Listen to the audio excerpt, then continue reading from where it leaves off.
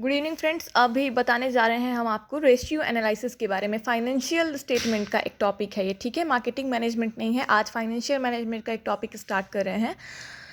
ऐसे तो हम कंटिन्यू एक चैप्टर नहीं बताते हैं, एक लेसन को कंटिन्यू हम नहीं बताते।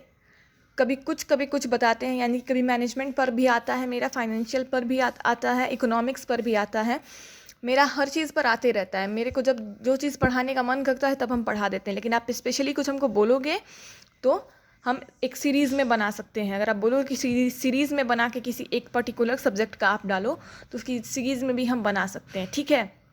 लेकिन ऐसे हम एक सीरीज़ में नहीं बनाते, पर हाँ लगभग सारे टॉपिक्स हम डालते रहते हैं। हाँ, कभी मैनेजमेंट की आ सकती है, कभी फाइनेंशियल मैनेजमेंट की आ सकती है, अदल बदल के आ सकती है, ठीक है।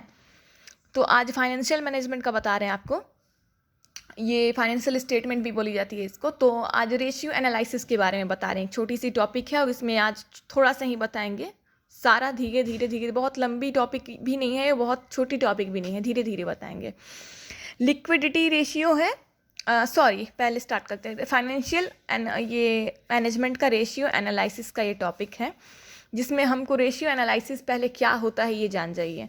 रेशियो एनालिसिस से हम फाइनेंशियल चीज़ों को, फाइनेंशियल एलिमेंट्स को मेज़र करते हैं। इसमें कोई भी ऑर्गेनाइजेशन, कंपनी हो या बिजनेस अथॉरिटी हो, उसकी फाइनेंशियल कंडीशन को मैनेज करते हैं हम किससे? रेशियो एनालिसिस से। उसके अलग अलग तरीके होते हैं मेज़र करने के, ठीक है। उसके अलग अलग टूल्स होते हैं।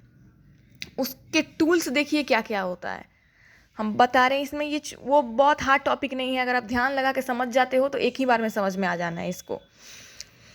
फर्स्ट, इसका 4 टाइप्स होते हैं, 4 टूल्स इसमें देखना है आपको। सबसे पहले इजीली आप एक चीज़ समझिए, रेशियो एनालिसिस से हम फाइनेंशियल कंडीशंस को एनालाइज करते हैं, किसी भी कंपनी के या ऑर्गेनाइजेशन के, कुछ भी बोलो आप, ठीक है। लेकिन फाइनेंशियल चीज़ों को ऑर्गेनाइज की जाती है रेशियो एनालिसिस के द्वारा।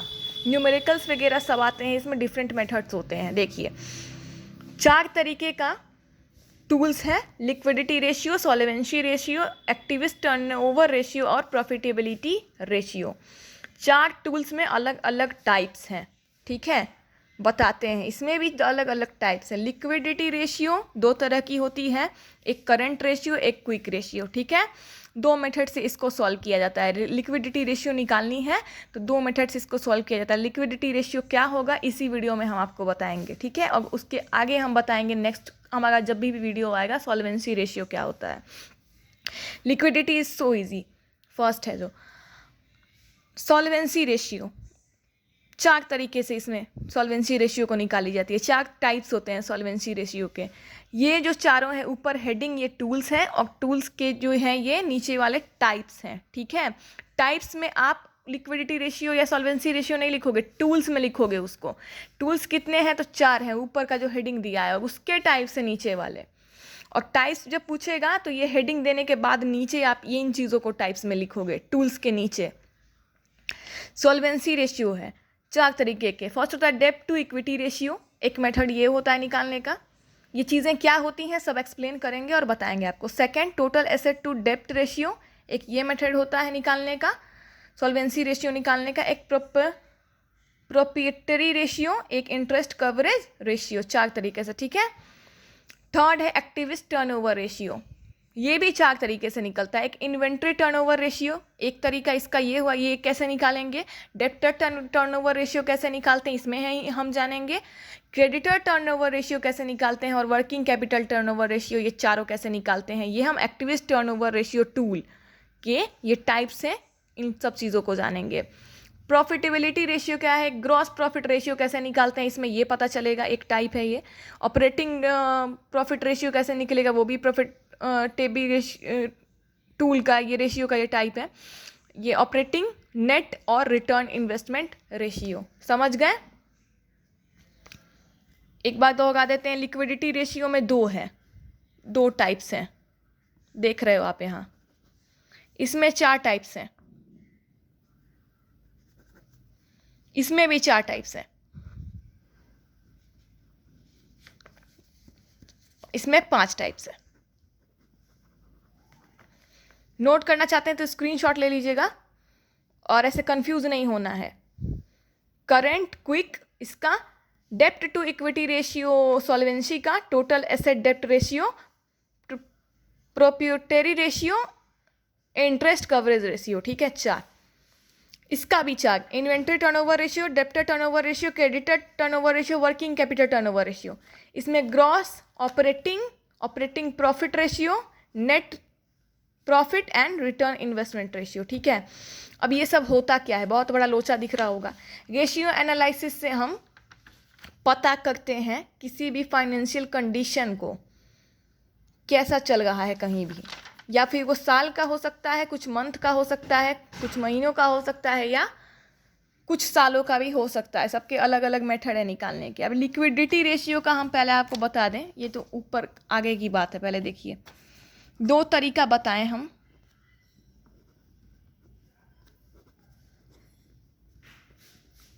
बहुत इजी है दोनों का दोनों।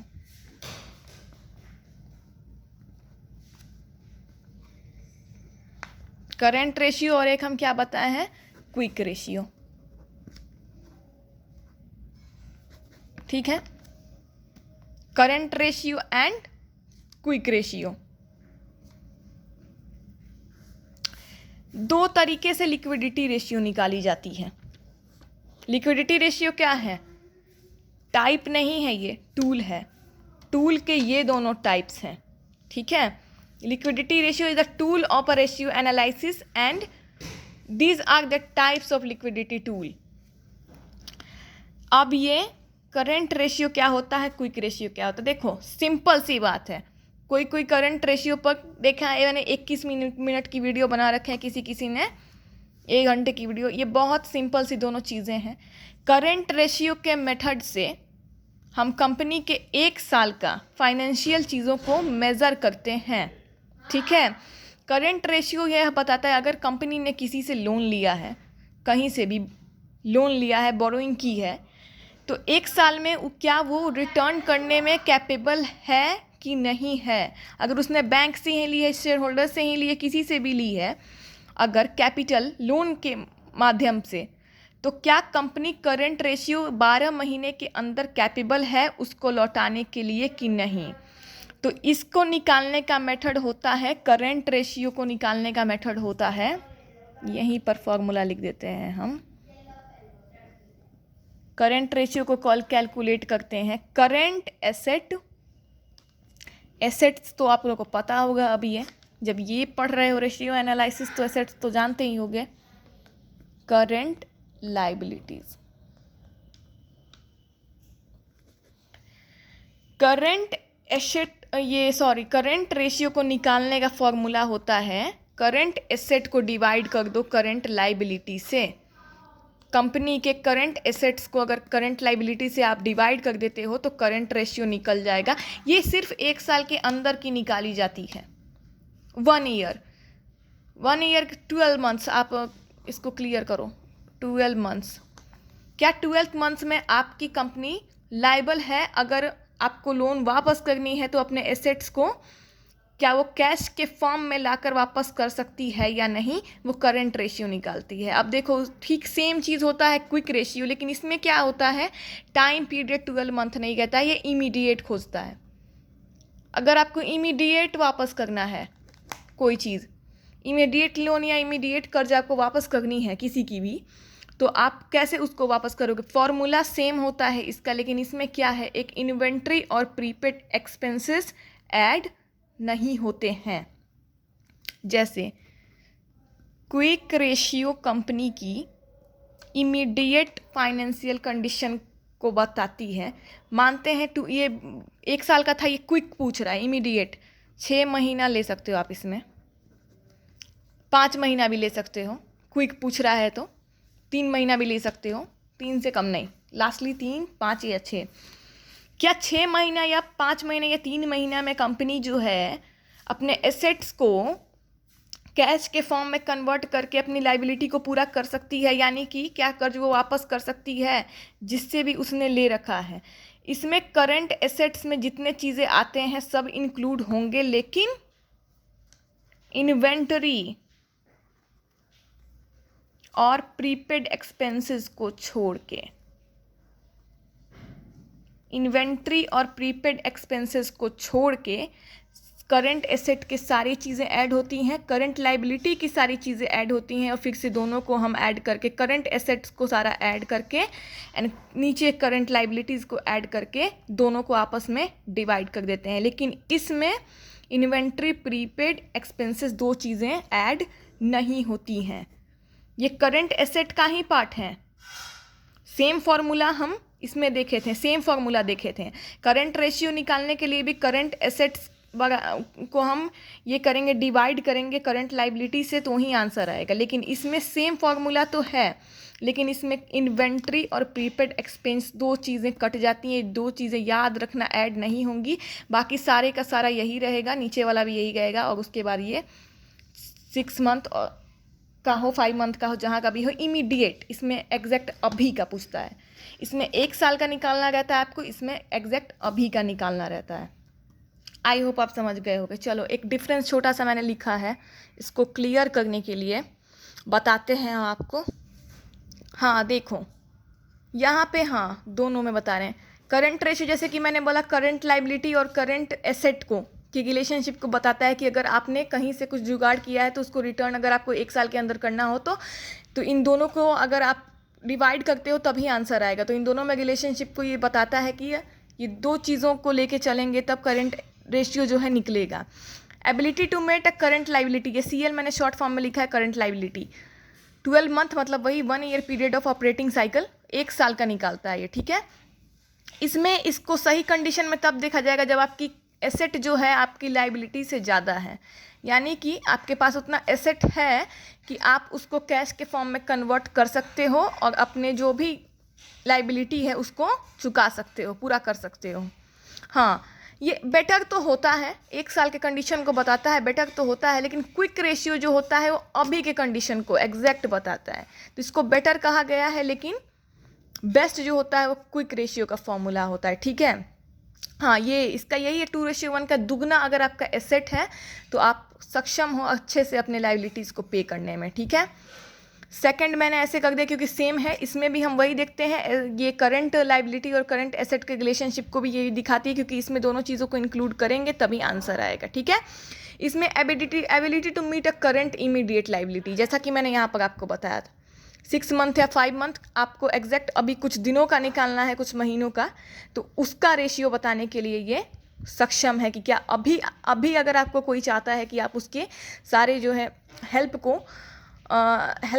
लोन आए आप लिए हो या कहीं से भी बोरोइंग वगैरह लिए हो, पूरा वापस अगर मांगता है आपसे, तो क्या अभी लाइबल हो आपके अपने एसेट्स को आप कैश के फॉर्म में कन्वर्ट करके दे सकते हो, यानी कि एसेट्स को बेच के क्या आप उसको उसके पैसे कैश के फॉर्म में दे सकते हो या नहीं दे सकते हो, ठीक है। कैश फ्लो भी आप इसको कह सकते हो एक तरीके से, लिक्विडिटी का मतलब ही होता है कैश फ्लो।